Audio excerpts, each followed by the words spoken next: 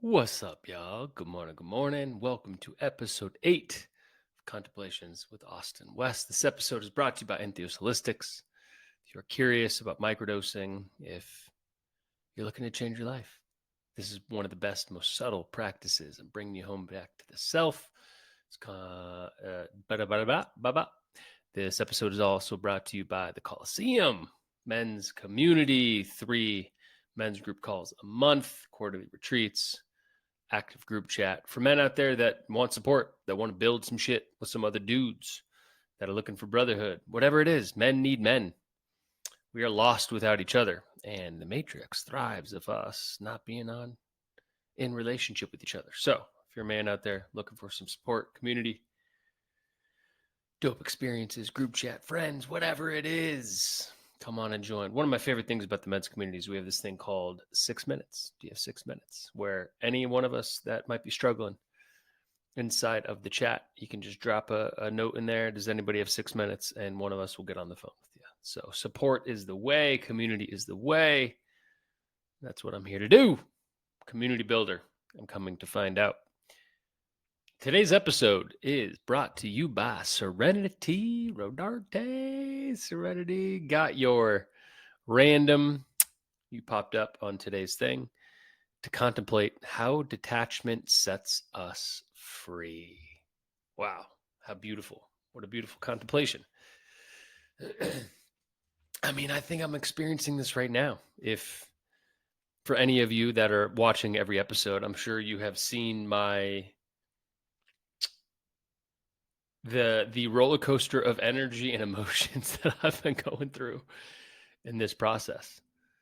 And even yesterday, I it ended up being all okay. But yesterday, I taught for 4+ hours and did the Q&A, and then I hopped on another hour call after that, and then another conversation after that. And then I came to sit down and record the podcast.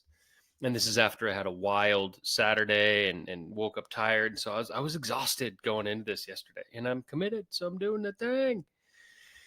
And I record it, and it wasn't uploading to Riverside with the platform I'm using to record these. And for like an hour, it was stuck and loading 0%, 0%. And I was like, you got to be kidding me. Went through all that, recorded a 22-minute episode, and then it didn't do it. So I sat down and recorded another episode. I recorded back-to-back episodes yesterday. And realizing that I deleted the second one, which I shouldn't have. Anyway. And then I went downstairs to cook dinner because the second one wasn't loading either. And I'm like, what the fuck, man? I'm just going to give this thing a break. And I went downstairs and cooked dinner and come back upstairs to record a third time. And the first one uploaded. It just took like 2.5 hours. So there's a glitch in the system. Something happened in the clouds. And I just had a moment with myself where I just started laughing. I'm like, wow. In that, there was so much for me to learn inside of that I talk about this in the teachings where it's like when we're moving through an evolution or growth period in our life, my belief is that there is a requirement of it being difficult. I was actually, let's talk about the mantids right now. I saw a few comments, few people reached out. You want to hear more about it. So I'm going to start to weave them into my truth, into these podcasts and how they show up. And a lot of times the way that they come in is when I'm praying. They're the praying mantis. And this channeler I work with, shout out Madison. She is incredible. She was like, prayer is one of my favorite things in the world now. And this is after I spent 20 something years in the church, and the indoctrination and the dogma of this is what prayer looks like. I abstained against not only using that word, but against prayer itself for a long time. And over the last year, I would say prayer has really come into my life as one of my favorite things. I love it. It is.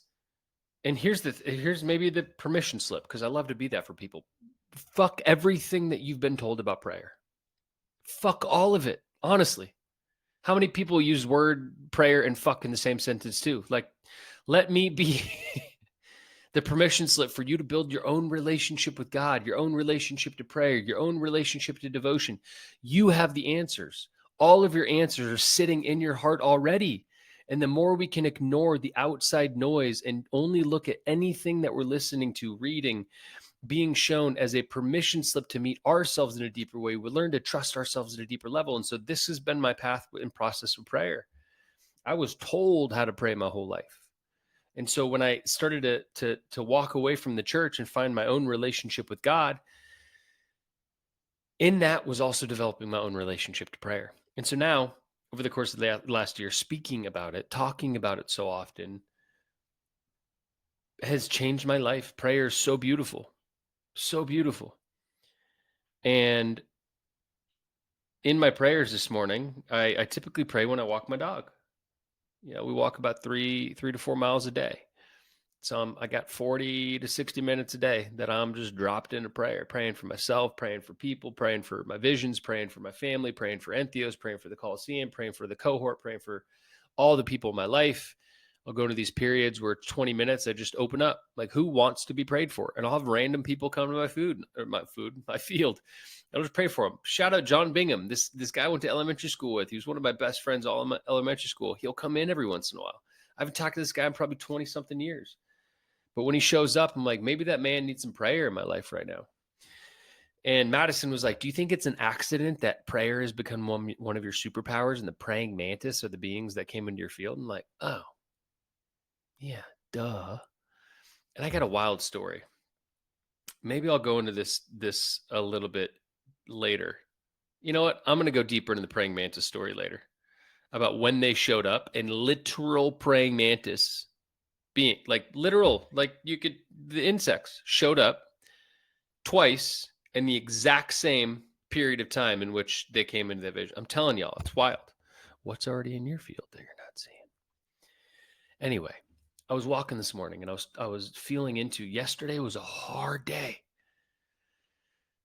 Hard day. It was the integration, contraction, expansion. This is part of the process. And I was praying this morning because I woke up and I feel like I'm a different person. And it's the acceptance. I'm getting back to detachment, I promise. It's the acceptance of all things as they are is how we move through them so quick. And as I was walking, I was just exploring this idea out loud. Sometimes I just talk to God in my prayers too. It's not about I hope my Father. It's like sometimes prayer is just talking to God. It's talking to my ancestors. It's prayer to me is a frequency. It's not a thing. It's not it needs to look a certain way. It's like prayer to me is a frequency. It's a place I drop into. It sounds like this podcast is brought to you by prayer, but promise we're getting back to detachment. Stay with me, folks. It's a frequency. And so I drop in and I have conversation a lot inside of that. And so I was exploring the idea of like my process yesterday. How was I so in it? And Saturday, I had this very religious and mystical experience to me, completely sober. I was in this grief portal for like an hour, and maybe I'll tell that story another day too. And I was just playing with the idea of like, is there a requirement of difficulty as we go through this healing and growth and evolution process? And a lot of times when I'm in these contemplative prayer spaces, I will feel myself in conversation with the mantids. That's what they call themselves, the Mantid Council. And I'll receive like a nod or a no if I'm on the right track of what my truth inside of that thing is. And so it's in a very curious way, the mantids contemplate with me. They don't give me answers. They're reflective to the frequency of if I'm on the right path or not. And so I was exploring this idea of like, is there a requirement of everything being difficult inside of that? And I got a maybe was the answer. And I was like, okay, let me explore that. So a maybe, whenever I received that answer, is typically meaning something of like, there's some truth in that for me, and I'm not looking at it in entirely of the fundamental universal principle truth. And so I started playing with that idea more, and essentially where I got to with it is there is a requirement of us feeling the polarity of the difficulty in order for us to grow out of it. Because it is the very sign and signal. It is the challenge. The hardship is the growth. But when we demonize the hardship, when we reject the hardship, when we resist the hardship, we're resisting and denying the growth, the gift even. And so it's like I talk about this thing in my teachings where it's like that we have this field around us. Like we are light beings. We are emanating a frequency out constantly. We are magnetizing from that frequency as well. And so the field, imagine the field is here. For those that aren't watching, I kind of have my hand, or yeah, I have my hands up around me. And imagine the back of my palms. I'm pushing against the boundaries of my capacity. And every time I'm going through a growth process, the reason it's difficult is I'm like squeezing to enhance that field to pop and eventually expand that field even further. And the resistance we feel, the hardship we feel is us coming up to the boundaries and the capacity of everything we've ever known. And so to expand those boundaries, to expand that capacity into the next evolution of ourselves, we have to come up against those edges. It's like imagine if I went and did pushed against this wall in front of me. It's drywall. I know if I push hard enough, I could push through it, but there's going to be resistance in the middle of that. I hope this makes sense. So getting back to detachment, the process of that expansion is the process of detachment of everything that's happening inside of what's required of us to expand. Detachment is trust. Detachment is saying that, let me make sure I'm on the right. Yeah, how detachment sets us free. Detachment is saying that like I am so wholly and fully trusting of every single thing happening in my life now because I know that God would never ever deliver me something that I'm not fully and completely capable of handling, feeling, moving through, understanding whatever word or phrase is going to fit relative to what you're moving through in life. It is the ownership of all things that are happening now is perfect. All things happening now are perfect. God does not miss. God does not miss. Every single thing, I need to write something down real quick. Every single thing you think, you feel, you see, you perceive, you notice, you recognize, every word you say to yourself, every sentence you speak out loud, every individual in your life, every single thing is perfect. God does not miss. And so the process of detachment is releasing the stories and the narratives that prevent us from seeing the perfection in all things. And that will inevitably set you free because I'm no longer attached to the outcome. Detachment allows me to anchor so deeply into trust and surrender that I know everything is happening for my highest good in all moments and for all of time. And this is really the process of what I'm learning, like actively. There's levels and stages to it. I think on maybe my first or second podcast, I talked about like in the last 6 months, have I actually been able to feel what trust and surrender is? And I've only been able to get there through detaching from the expectation of the outcome. This goes to one of my gene keys, my gene key of EQ, my emotional quotient. Emotional intelligence is another way of thinking about it. My shadow is detachment, or my shadow is expectation. The gift is detachment. So the way I look at attachment or trying to get to detachment is it's very akin to expectation. And so being in my EQ sphere on my gene keys, anytime, so think about this, emotional intelligence, that's that sphere. And so if that sphere is represented by the shadow, I'm bouncing my view. Sorry, guys. If that shadow is expectation, then what that means to me, this is how I work with the gene keys. Anytime I'm not in an emotional state of being that I desire to be in, I am likely living in my shadow of expectation. Anytime I'm not in the emotional state of being I desire to be in, EQ sphere, emotional intelligence, I'm likely in my shadow expression of that gene key, which in my case is expectation. And so the process for me, when I notice myself not in a state of being I desire to be in, immediately I try to find where I'm holding expectation in my life. And then when I'm able to pinpoint and notice that thing, I practice detachment because that is the gift. The gift is being able to detach from the expectation of the outcome that I perceived was supposed to be in my highest and best.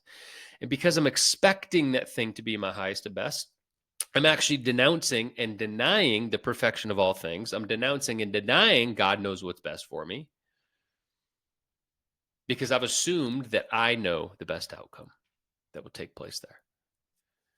And here's a contemplation for you. I think I'm going to start offering contemplations to y'all in my contemplations. Here's a contemplation for you.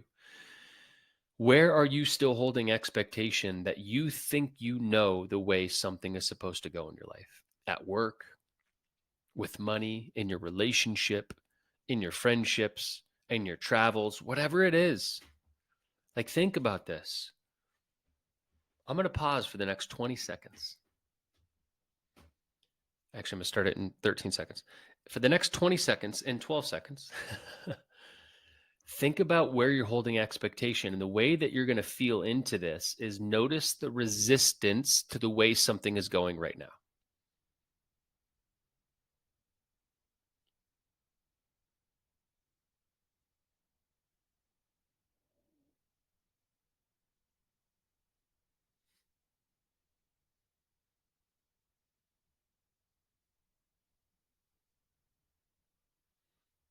I'll go first. Part of this 40-day devotional is showing up on social media.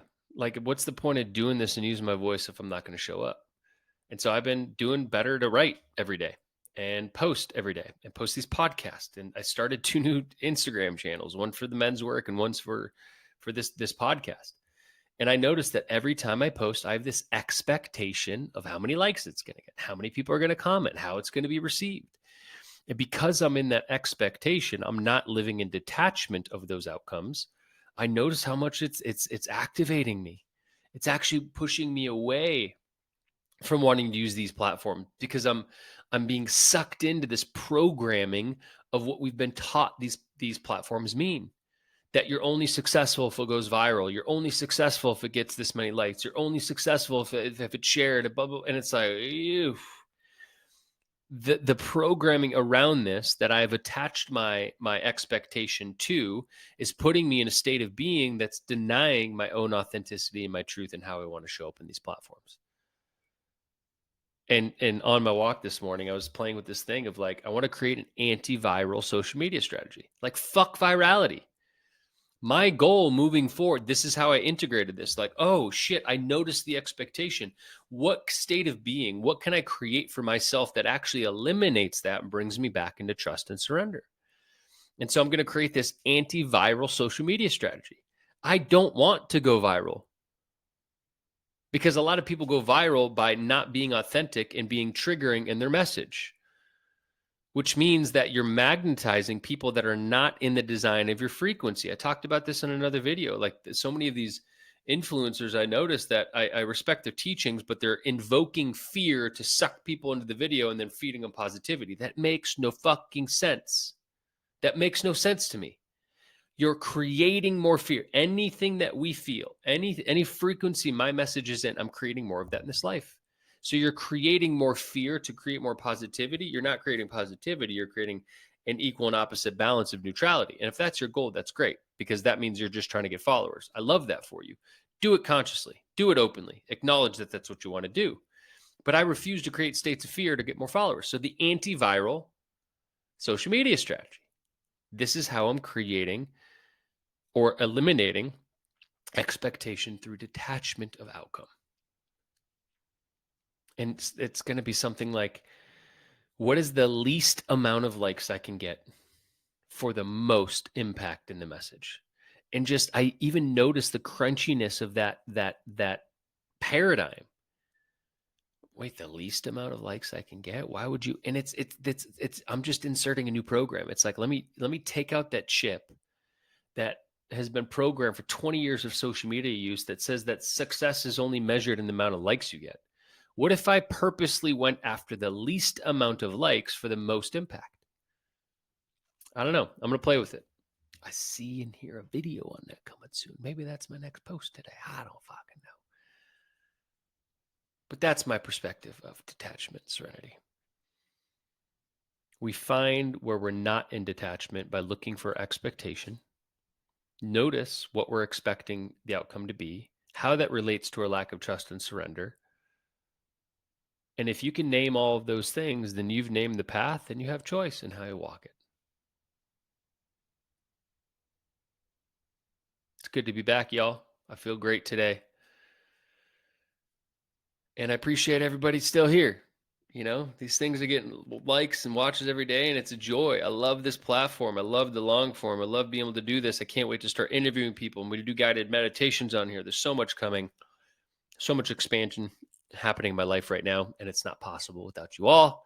Appreciate you so much. Love you so much. I can't wait to see you for episode 9. Have a blessed day, y'all.